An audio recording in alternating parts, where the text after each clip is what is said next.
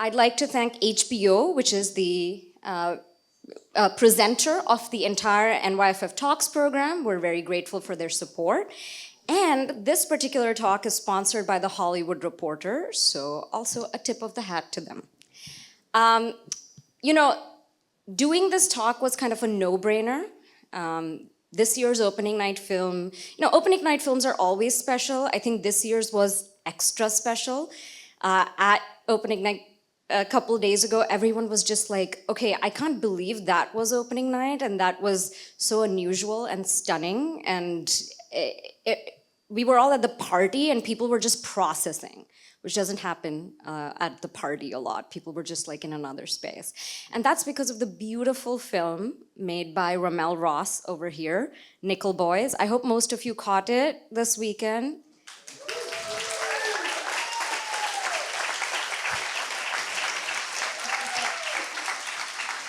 And so, I mean, you all know the film is beautiful, brilliant. It's also so intelligent. Sorry, I'm emotional. And so we knew we had to get RaMell here to pick his brain about it, because I think we could all talk. I mean, I interviewed him a week ago, and it's like, I could talk to him the whole day. There's so much to unpack. And of course, our dream moderator was Barry Jenkins.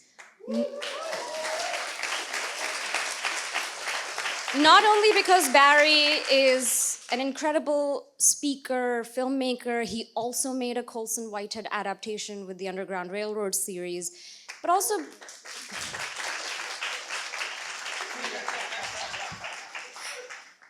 because, there's this famous Roger Ebert line about how cinema is an empathy machine. And these are two of our working artists that actually interrogate what that means, what the relationship is between seeing and empathizing, between looking at images and feeling with the characters. So we were beyond thrilled when Barry instantly agreed to do this conversation, and it is my great honor to now invite RaMell Ross and Barry Jenkins to the stage.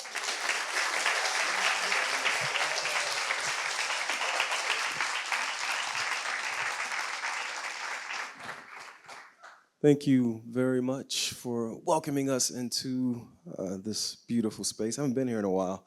I mean, tell the truth, Devika. You guys knew you had this movie and you thought, who is, because when RaMell did Harlem, oh my God, I'm so Hale County, I'm so nervous. When RaMell did Hale County. I'm very nervous too, I'm glad you messed up because I'm gonna be stuttering. There you go. But you had your head shaved, and so they were like, who is the other bald black man with glasses who's adapted Colson Whitehead? And I guess there's only two of us, so here we are. I was like, you guys met my brother, Barry Jenkins? Like, not with an A, like ER brother. No, you know what? I'm dead serious. Get ready for this shit. You're gonna be at some festival or something, and somebody's gonna walk up to you with a screenplay for Moonlight and go sign this. Because it happened to me in 2018 at Toronto with Widows. Somebody handed me Steve McQueen's script and said, will you sign this? And I said, bruh, I love him. I did not make that. Please find him. But more seriously, I want to kind of decenter the conversation from Nickel Boys just to start. But actually, who here has seen the film Nickel Boys? Who's seen Nickel Boys? Okay, great. Yeah, anybody who's seen it hooped and hollered for sure. The rest of y'all need to catch up. But I wanted to go back to your work in Alabama. Just doing a little bit of research on you, moving down there to teach photography and basketball, and then that evolving into just this wonderful piece you made in 2017, 2018, I believe it was, or that you made from 2009 to 2017, and just evolving the way you saw images and the way you saw, I'm gonna speak as a black person, you saw us, and then building towards Nickel Boys. I mean, there's a quote that opens that film that says, the discovering began after I moved to Alabama in 2009 to teach photography and coach basketball. You use the word discovering in a very active way. I just want to talk about that process of discovering for a bit. Yeah, man, what a difficult thing it is to write, and to write text, especially write texts that are gonna frame something you think is deeply personal. And I think in that process, I think a lot of people think when they see my photography and they see my films, that there's like some sort of assurance in the work, or there's some sort of, I know, when it's really like questions for myself and finding ways that, people of color and Black folks, like specifically in the South, because of the origin of the social sciences and field work and the way the image is just so built into our understanding of ourselves and our understanding of the world at this point. I went there with these assumptions about what my people were, what my people lived through, what my dad lived through, what the world was like. And you learn right away when you're an educator and you're trying to teach folks who grew up in a different place, and you're like imposing your like northern views of education going into the like rural poor South, that like you don't know how to help them. You think you do. You think all you need to do is study. That's going to save your life. Like you just need to go to college. Like you don't. I don't know. I'm sorry. I thought I did. And that's the same thing for photography. I get there making images. I think I know what they mean. And then you think about the history of photography and the people in the place, and you realize you have way more to learn. In fact, way more to unlearn than you do to claim any sort of purchase on the effect of someone else's life. And so it was all discovery. Every image was learning, oh, I think this, I know this, and this is maybe a way to have that conversation in a way that is more generative than other processes. Got two more quotes from Hale County, and then my feet will be wet and I'll be good to go.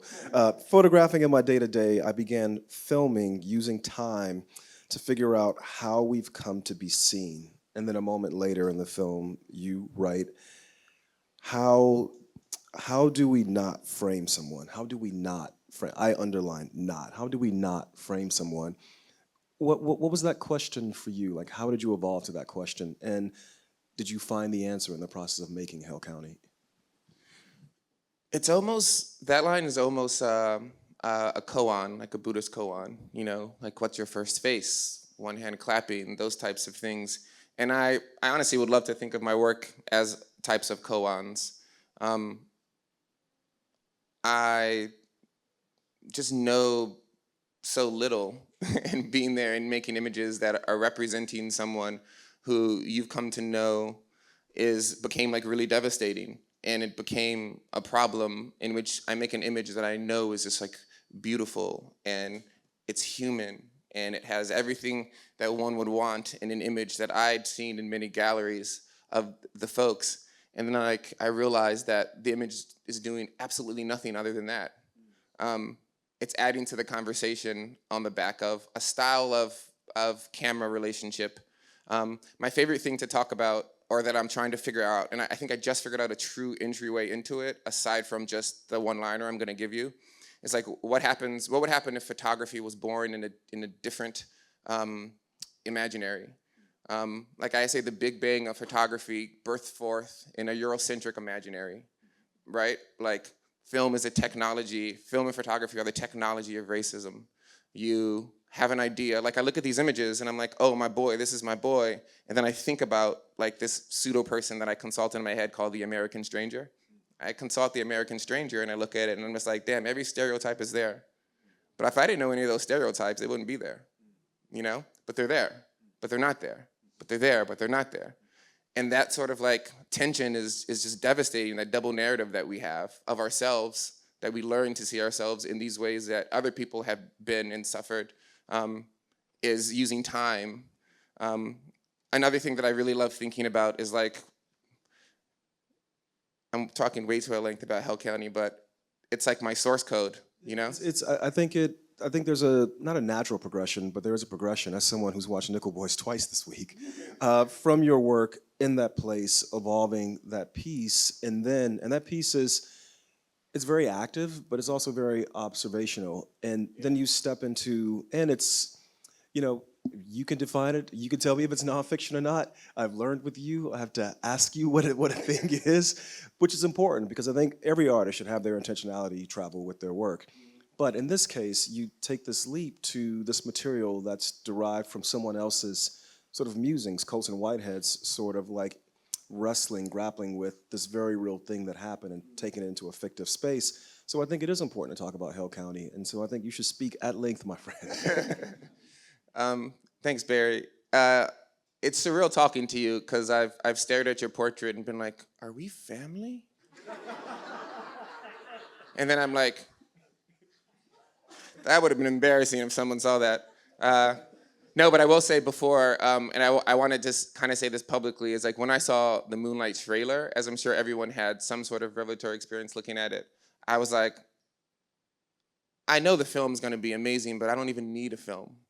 I've never seen anything like that, and I'm fundamentally changed, and what a joy to even like, I'm getting goosebumps remembering the first moment I saw it. It's like almost tears come to my eyes. I've never seen two black people on film look at each other that way. Like just never seen it.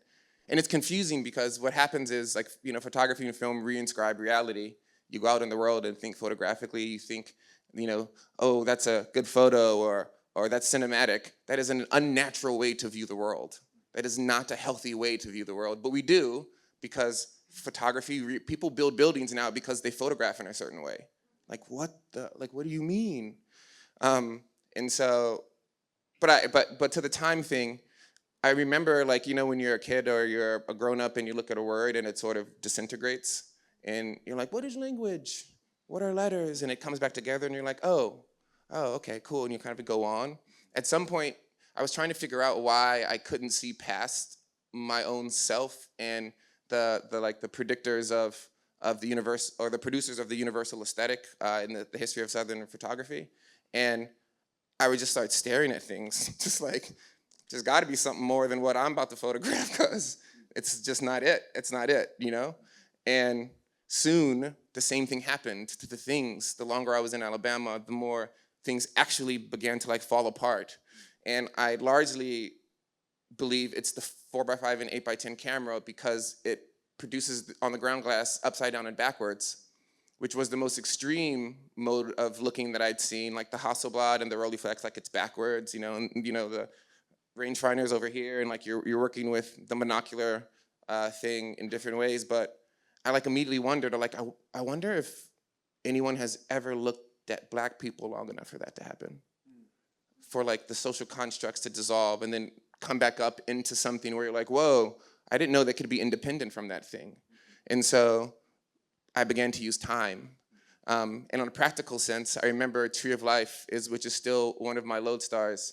I remember thinking that I would never, ever get a budget to do something as profound as that, which is one reason I was really attracted to Jeremy and Dee, because they did Tree of Life, and then I was like, Jocelyn, well, if they, you know, if they could do that, then maybe they would be good people to work with, you know? I was like, I don't have the money, so what's my best resource? Time. I'll spend 10 years, 20 years making this film. I mean, that's cool. I'll just like live my life and make this film. And that's kind of how the kind of patience or the understanding of the image was like born with just this like process. I'll just take a quick second to shout out the Jeremy in question, Jeremy Kleiner sitting there. It is the little bit I'll say, because you said your piece. It was 8 years between Medicine for Melancholy and Moonlight, and that gentleman over there, I know it's embarrassing. That gentleman over there said, no, you have to make this film when he read the script for Moonlight. And then we went on to make Beale Street and the Underground Railroad as well. So shout out to Mr. Kleiner. All right, so you brought us up. So now let's talk about the process of adapting Nickel Boys. You've had this, it seems like breakthrough in your work, or in a certain sort of realm of your work with Hale County. In some ways, the reception of that, I was reading the interview you did with Bill Jabari at Vulture this morning, and how after you came out of Hale County, you're like, okay, that muscle is somewhat exhausted, but now I know I have so many more curiosities. Where do I place them? And then Nickel Boys sort of appears. I have no idea what if the right word is appears. But talk to me about the process of getting this work of fiction. I don't even know if you consider yourself a documentary filmmaker at this point. You're an artist, an image maker, and sort of slowly deciding how you would unpack that novel. I'll answer the first question right away, that we both have the same answer. I saw you gave it on the red carpet. I also emailed Colson Whitehead when I began the Underground Railroad. He wrote me back and said, yo, that's dope, go with God, peace. Yeah. Now, his reason for that was he was writing this other novel called The Nickel Boys. And so who knows what he was writing while I think it was Harlem Shuffle while you were making Nickel Boys. I wonder why mine was it was more of a formal reply. You got like the yo. I spent good luck, years. go with God. Okay. I spent years. I had to chase him down. I got one lunch in Manhattan. I could tell he was preoccupied with something else. The stunning thing that you had the pleasure of adapting. So you read the book. What's the first image, or what is the kind of imagery? We know where it ended up, but take us through the process. Yeah, it's a hard thing to pinpoint because, you know, over the course of doing interviews and folks being interested in the way you come to want to approach something, there's never one site. Like it's a accumulation of observations and maybes, and most of them, I'm like, my monologue in my head, like it's not words, you know? And so whatever lingua menta it is, I remember at some point reading the script and wondering like when Elwood was raced, like when he became black. And that, I think, is a perceptual thing largely. And can you describe that a little bit just for the audience? Some people might not pick up on that. I think it might be something worth spending like 2 or 3 minutes to go into. Yeah, so you know, you're a kid in the world and you have to learn how to be and what you are according to what the world tells you to be, for the sake of just being integrated. And black folks have to accept the blackness that is culture, and that is struggle, and that is X, Y, and Z, or else you can be killed. And so whether or not you believe yourself to fit into the tropes or not, you have to acknowledge that you can be seen that way, and then move forth so that you have the capacity to save yourself in situations in which your image has preceded you, and that is the process of realizing you're black. I just want to repeat that. Your image has preceded you. Your image has preceded you. Your image has preceded you. So important to pick up on that. I'm sorry, continue, bro. Yeah, no. It's a hell of a thing, and I think I come to it from sports. Being a basketball player, my parents, my lovely father, RaMell Ross, who's here, my mother who passed away, you know, kind of being, you know, you can do anything in the world. I always grew up like never not thinking I could do something. I'm wise enough to try and know that I'm horrible at playing the harmonica. But I do have it here. And if you guys want to tune Jeremy, let me know. I was like walking with Jeremy the other day and he didn't know I had it, and I was like, and he was like, why? Or something like that. Like growing up with that sort of freedom, but then starting to play sports and loving it and dedicating my life and energy to it, and then going into basketball culture and then closing down as a person because everyone tells you who you are. And even on the basketball team, at least in the early 2000s and 90s, you can only be a certain thing, or else you're weird. And to be weird at an age in which is a formative year is terrifying. And I took that into image making, like, yeah. So when did Elwood realize he was black? Like, there was a moment, and specifically in that time period, which is to me is such a visceral and eviscerating feeling, or imaginative, speculative feeling. Like, imagine being you guys are all sensory beings, but like a young black now sensory being in that time period, and like rolling in the grass, and you know, as Jomo Frey, you know, makes the image, like rolling the leaf in Nickel Boys, and like smelling and like just being so curious, and like seeing people go to space and not even know what space is, realizing that you're actually in it right now, but then you can go to another one and it's black like you know, and you can float and it'll support you. And then having a cane poked in your stomach when you go outside, and like that being the first time you felt that part of your stomach, actually. Like, you actually are young enough to have never had a stomach ache that was that part of your body. And the cane hit it when the guy was looking for your pocket. He thought you stole something. And then like now all of a sudden, like, you're always holding her. It's just like an unbelievable tragedy of like how one becomes to be a grown-up. So as you're reading the novel, you're seeing these images. You are going down this path, it seems like. No. Okay. What I'm doing, no, I'm glad you asked, because a lot of people have asked if I'm like visualizing. I'm not. I'm reading the book as one reads the book, kind of weirdly, because I've never read a book thinking about adaptation. So it's a strange read for me, because now I'm like, I have this like meta thing where I'm like, well, what's this, a film? Before it was just like a person reading, And then after the book is finished, first thought is, if I was going to adapt, how interesting would POV be? Because I've made an image called iHome, which is POV essentially. It's 4x5. And to me, that was an intervention into Southern photography. Photography erases our authorship. It feigns to be objective. It feigns to be reality. I was like, if you put my hand here, this is by a black person. What a coded image. So I wanted to make a POV film at some point. Never thought about it after the idea of making some tiny art film or playing around. And then after I finished the book, it kind of like, the swell was like, whoa, I can populate this film with images that I imagine from my perspective, which are the easiest images to make, I see this. The way that Jomo and I shot the film, and we talked about this, we want to make photographic frames that are from the human eye, but then are also in the conversation of film and photography. And that's a different type of cinema, and it's a different type of photography, because we're in between the aesthetic norms, but we're also talking to the codification of space. Yeah, I had a conversation with Bickle, Alex Bickle, who did the color correction on this film, and All Dirt Road's Taste of Salt, who also does the color correction for our films that we do. And he was describing the process of working with these images and how much he had to unlearn and relearn in the way he codifies these images as well. But I want to talk about technical a little bit. You used the word POV today, but the other day I heard you refer to it in a different language. What is the language you and Jomo developed for what this camera work was going to be? Tell him, Jomo. Yeah. Can you repeat for the people in the back? Yeah.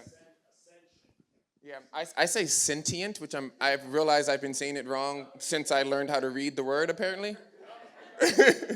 Sentient, yeah, sentient perspective or sentience, yeah. I mean, so it originates in sort of the idea of observational logic. So you take the documentary feigned objective observation, which is not, it's actually intervention, but it's always been said to be observation, and then you give it a logic, which is not just trying to capture the whole scene, but using long lens selective focus to control attention, which is the essence of human vision. It's not scope, it's not a billion megapixels, it's like what you're looking at and what that means. I call that observational logic in Hell County, and then Jomo and I developed it into sentient perspective. We had to use POV for shorthand because even when you say POV on a set with the artists that we work with, it's still confusing. So we just needed something that everyone could agree was something that everyone kind of understood, and then on the day, we would just make adjustments. And then within that, you have to have a fundamental understanding of who Elwood and Turner are as human beings, and Nana to a very large degree. Although we don't get to have her visual perspective in the film, we're often watching her. Just tell me about then taking this mode of working that seems very like 30,000 feet. You guys are honestly rebuilding the camera, to be honest, or rebuilding a visual grammar, for how to tell this story. But then there's all the people within it. And so I'm just curious about also adapting that, or even just casting the two wonderful leads of the film. Yeah, so the film is the primary exercise in writing the film that Jocelyn and I undertook was using adjacent images, which we made up. It's not like a thing, but adjacent images are images that are one step removed from literal narrative thrust. Because most films I found that I've seen, there's this, I love I just get to say all my theories. This is just so fun. I kind of believe that that cinema skipped photography. It leapt photography, right? The single image is, when you make an image, It's the greatest and most powerful thing that it's done. When you're making a film, you're sacrificing the singularity of the image for narrative length. And so you're like, this will do because they'll get us here, and it's about getting here. So, but like, what happens if this Hell County thing, like you make every image the final thing, and then you put that together? Now that's consciousness, that's something. And so the process of writing and thinking about Elwood is largely the process of me looking at Colson's narrative and not allowing the images to serve that, but also to serve the human process of being a poetic looker, and then fundamentally that thrusts narrative. Like the narrative is in it already. Colson's narrative is so powerful. It's the perfect architecture for a POV film, because it's a young black boy that is really smart, that finds himself in a bad situation accidentally and gets killed. Isn't that the archetype of the worst thing ever for a black boy over time in racism? Like, that's it. We all know it. The way that he did it, the characters that he built, the love that's transferred from Hattie, like, the writing process in terms of like finding that narrative was like, Hattie gives the love to Elwood, opens Elwood up to the love of Martin Luther King. That love allows him to love the world and see Turner. Turner is seen and is open to the love that he gets from Hattie when she comes. That love then opens Turner up to having a mixed perspective with Elwood, which then continues to when adult Elwood is older and adult Elwood meets, and so I don't quite remember the question, but in thinking about the adaptation. Yeah. But I want to pause you for a second, because you used the word love like maybe 7 times just in that last little run. And it reminded me of conversations I've been having with people about this film over the past week, having watched it twice, one with a very small audience, one with a very large audience. The small audience, one of the younger people in the screening said to me afterwards, I found that film so refreshing. I was like, why? She says, because if you're going to make work that's about something historical that you know or you assume is filled with tragedy and trauma, the only way to approach it is with a radicalized approach to form, because it's the only way you can bring or see something new in it. And she said, and because I saw something new in it, I found this movie very hopeful. And I had to agree with her. And yet some of the other conversations I've been having about this film, people are either they understand what's happened and that it is a tragedy and that it is tragic, but they have a hard time finding the hope for themselves. I find it just filled with hope, even in the sense that these boys, that Colson stumbled onto this story that was in the zeitgeist, and then we all sort of forgot about it, which we often do with stories that are about the desecration of our folks. And he put it into this narrative in a sense that it gave these boys, to some degree, back their voice, back their personhood. And then you guys created a visual grammar that literally embodied them. It's almost like these ghosts who have come back, but now they're sort of ascending. They get to ascend in a certain degree. I don't know what I was saying either, so I'm just gonna move on to the next piece. I don't know if this is a church, but I would give you my Venmo. If you were passing the thing around, I'd be like, I should have brought cash. You know what? It makes me want to talk about one of my favorite scenes in the film, which I think it might be the only scene where we see both Elwood and Turner's faces in the same frame. It's where we're in Elwood's sentient. We're in Elwood's sentient being. And he's looking up at this reflection of himself and Turner in the ceiling. And I don't know how y'all shot this, bro. This is where I get jealous. Because the camera just has this weight to it. And it's sort of him. If you crane your neck, this is kind of what would happen a little bit. It's a little bit of the Gaspar Noé, like Into the Void a little bit. Yeah, I was waiting for the blinks. That's a good one. I was waiting for the blinks. But there's something so delicate about it. And I almost think as a filmmaker, I don't expect the camera to drop, and just sort of, just something. And it never happens. And when Turner puts his arm around Elwood, which you were talking about, this love that's given to this person, then all this transference. And as they walked off, I kind of closed my eyes because there was a version of the movie that ended there for me. I just wanted to remember them that way. And then the movie kept going. Because it had to. Did you get the full film? Because I it was had like, to. maybe. Because it had to. But talk to me about you guys constructing that scene, building that image. No secrets. Don't give away no tricks. I know there's some tricks in there, but talk to me about building it. Yeah, I mean, in this script, like we needed a moment for both of them to be seen together. And over the course of making the film, you know, which is, I don't like to call it experimental because of the way that people who write about films employ experimental as a pejorative.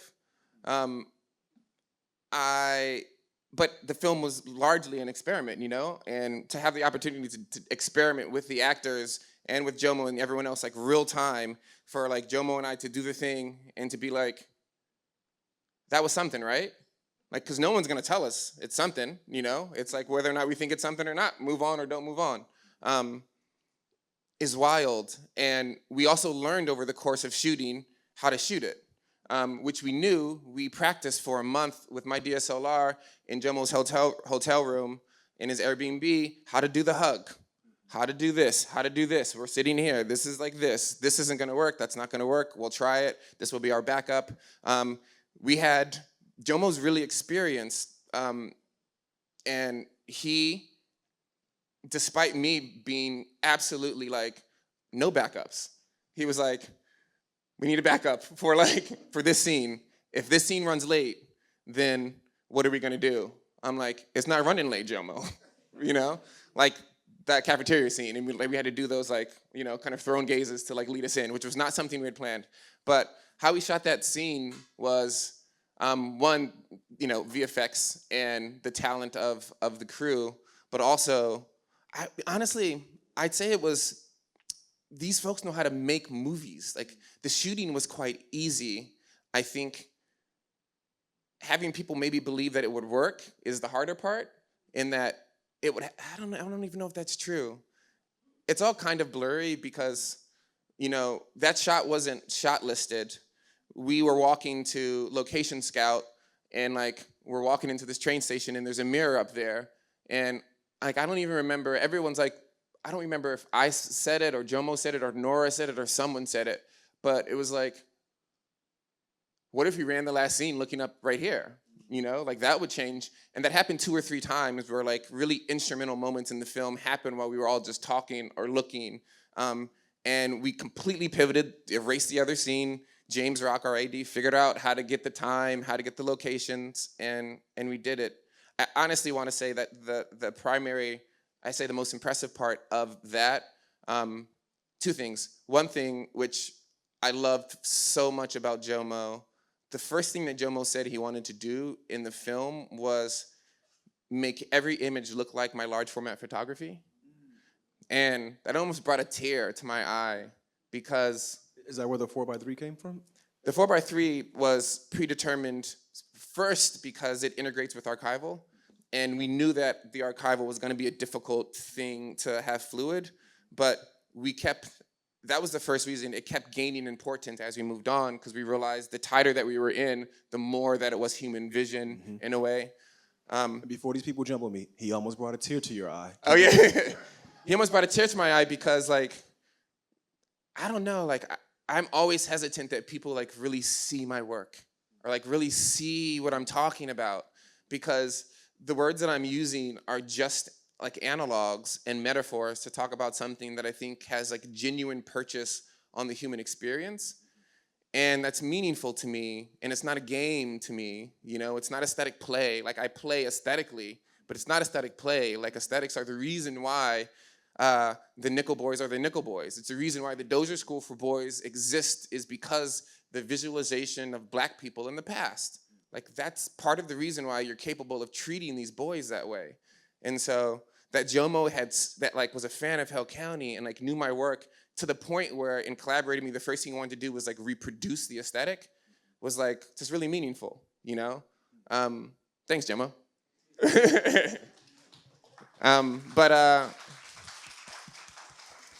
Yeah.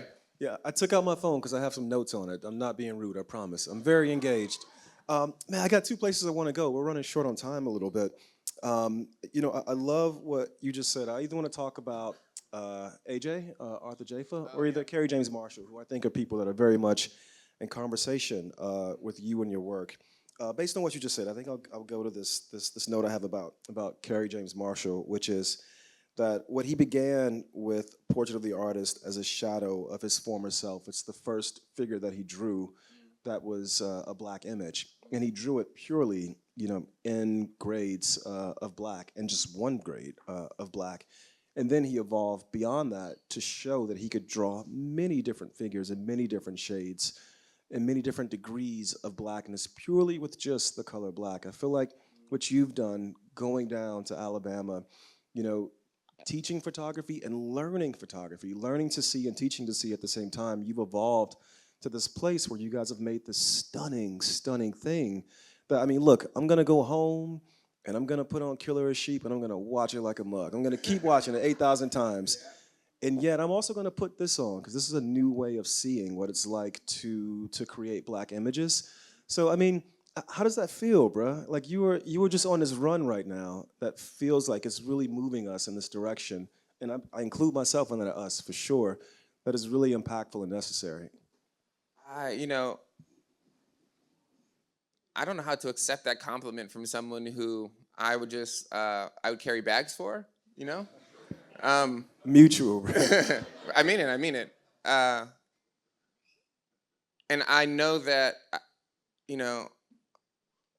I'll take that as half true. And I'll say that to be able to communicate to someone visually that blackness is their relationship to the notion of blackness, like blackness is a Rorschach test to your relationship to blackness. It's you.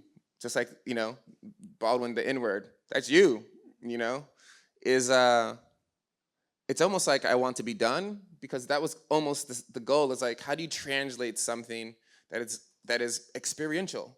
Like, how do you have to give someone an experience?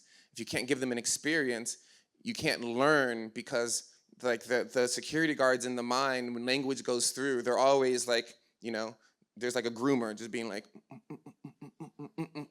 and then the word goes in with the meaning. It's not the word. It's the word and all the meaning and all the ways that person's been in relationship to it.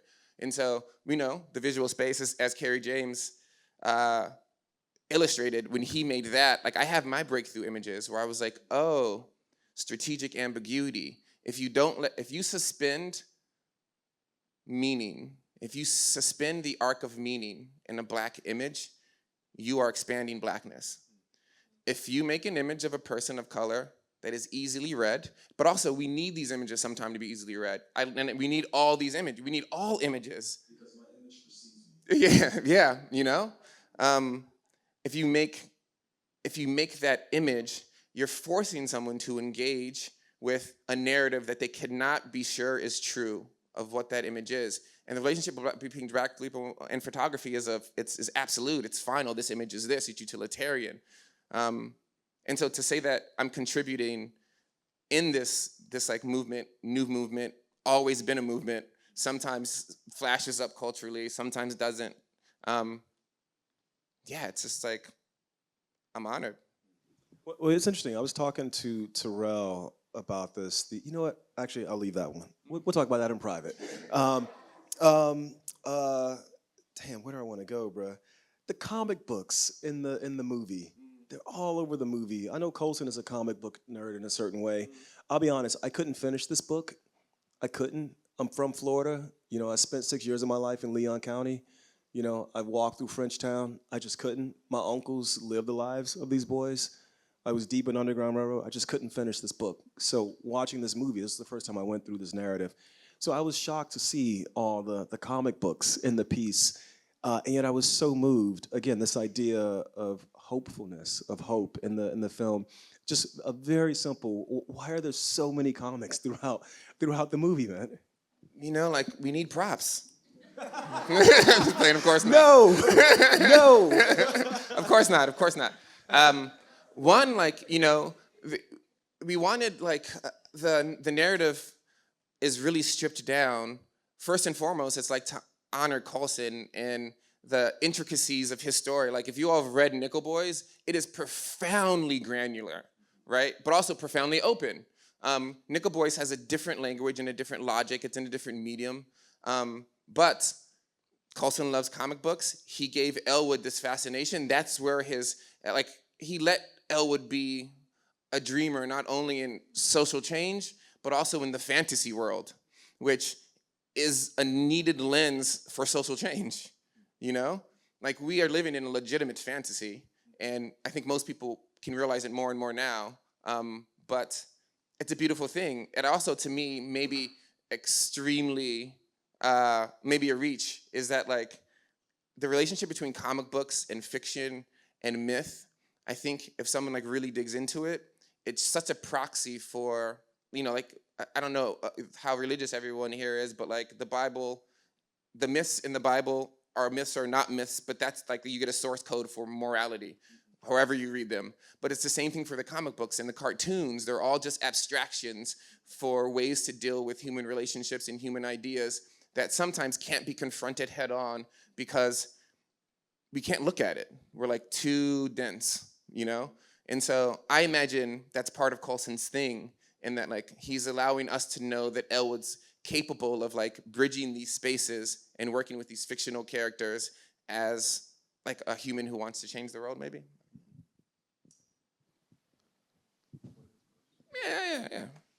All right. I have enjoyed this very much. You guys came here out of the rain, so I'm going to take 1 or 2 questions from the audience. Yes, your hand went up first. Dead center. I just wanted to apologize first because I haven't seen Nickel Boys yet. I wasn't able to get tickets. Next question. Whoa. I don't want that. That's so mean. I can't help it. Ouch. Take it. Yeah, take it. I did see Hale County this evening, though. Speak as long as you want. Thank you.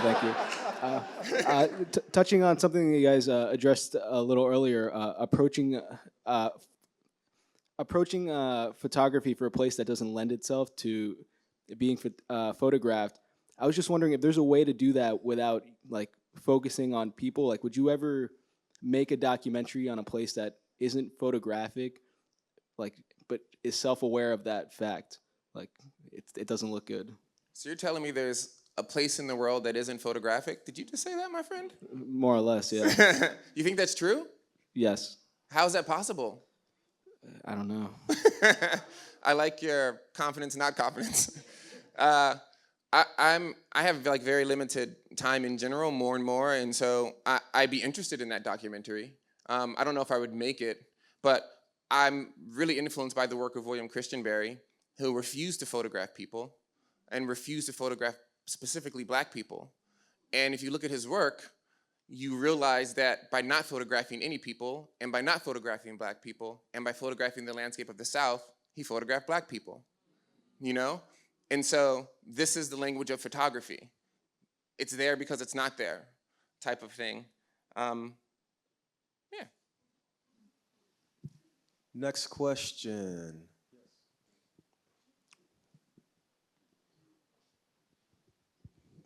Hey. Yeah, so I had 2 questions. Well, here, I'll ask you. So I kind of had a question about the perspective between the POV and the third person. And then I kind of had a question about the ending and the use of archival footage. In the sense that I could only ask one, though, what would you rather? Right, I posed the question and I'm asking. That seems like a third question, my friend. Right? Yeah. Uh-oh. I did, as I like to say, I did get a scholarship for basketball, but I can count under 10 really, really well, my friend.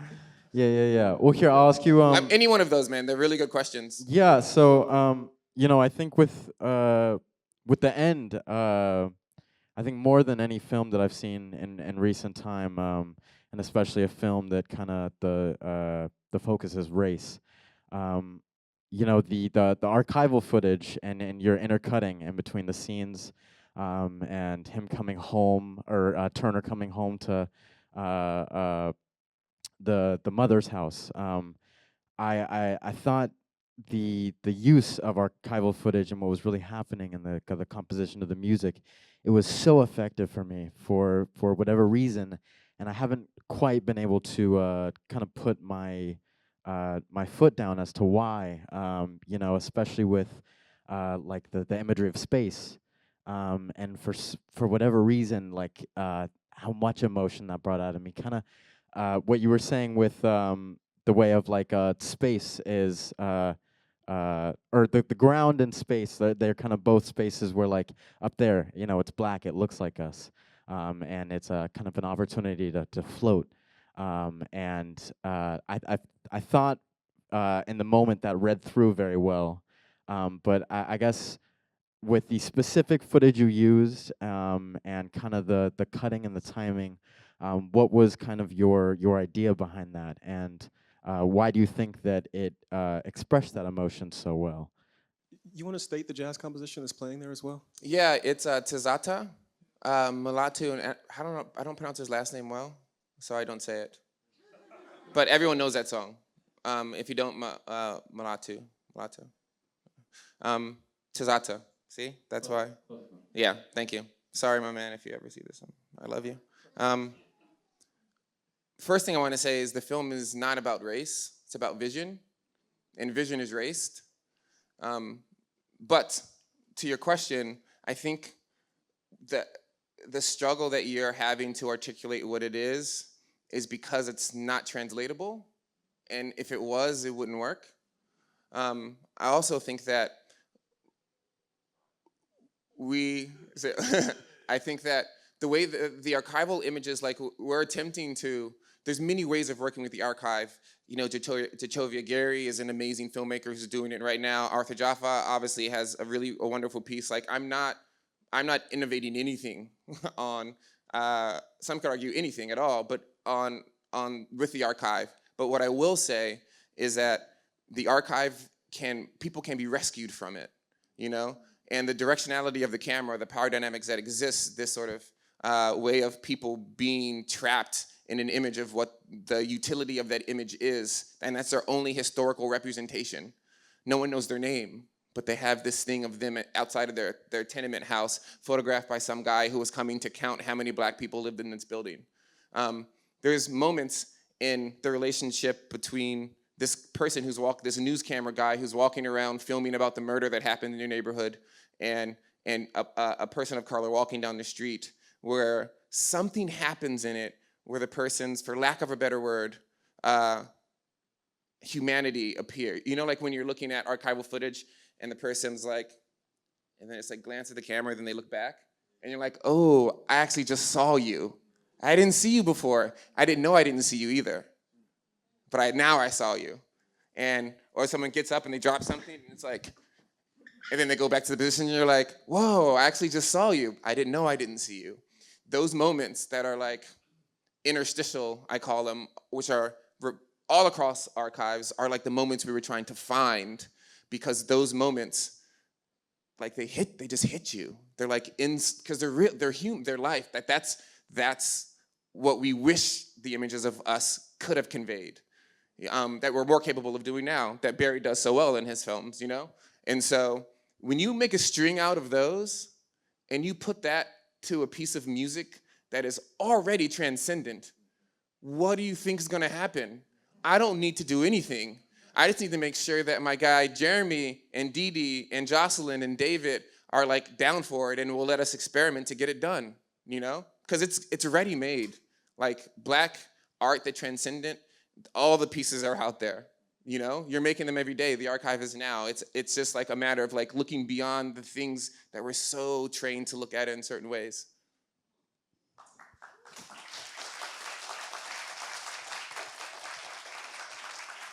I want to piggyback that just for a second. I made a film called Medicine for Melancholy back in 2008. Very low budget movie. But it's beautiful, man. Thank you, bro. It was 2008, but what that movie was for me was I got to see the world, because I got to go to all these festivals. So the day after Obama was elected, I got on a plane to go to the Mar del Plata Film Festival in Argentina with Greta Gerwig and Aaron Katz, of all people.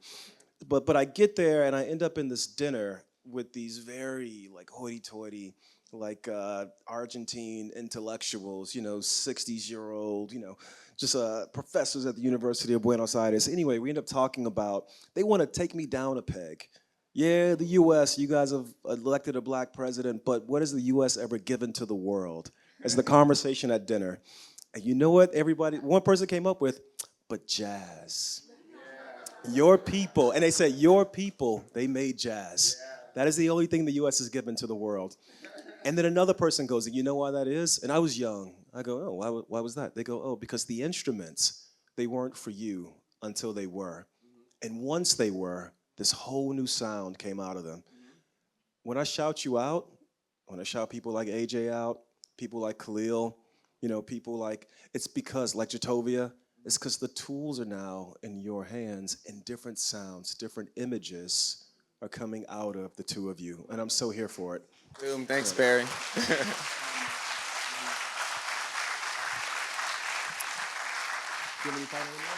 I do. I just wanna, I wanna say one more thing to you, and every time, and I love picking on Jeremy because he gets shy. Every time I say Wittgenstein, Jeremy's like, you're gonna say Wittgenstein? Wittgenstein has this, he's like, the meaning of a word is its use. Same thing for an image. Like, never forget. If you want to know what an image means, think about how it's used. That mirror shot is mainly possible because of the kid who played Elwood and the kid that played Turner. So that's Ethan Heresy, remember it, and Brandon Wilson, right? Like, these guys came in so open-hearted and so ready to play and to learn and to be challenged and to listen. The film is the film because of Anjanou Ellis. What she does is not, it's not something that you can direct. It's something you can barely guide and you meet and then you allow to do. And the way that these actors showed up, if you guys, Craig Tate in the bar scene is one of the most profound experience I've ever seen of anyone doing anything. When he sits down. Anything. Right? Anybody who grew up where we grew up knows exactly what that feeling is. Mm-hmm. They know what's going through his body, just everything. It's like, that shit is perfect. Right? Yeah. Every person that came brought it, and you take one of these people away, the film collapses. You take one of the producers away, the film collapses. You take one of the department heads away, the film collapses. Films are not supposed to be made, and the universe conspires against you. So I can truly, as a last word, if I even have it, just be grateful that we were given the opportunity. And at every point in time where I thought the film wasn't going to be made because the universe is conspiring against you, the people who have the power put themselves on the line with their relationships and took the risk to give us, people who just make up stuff because of stuff we've read and stuff we believe and stuff we feel, that we just thought we could do something. So kudos to the collaborative process, maybe. Yeah.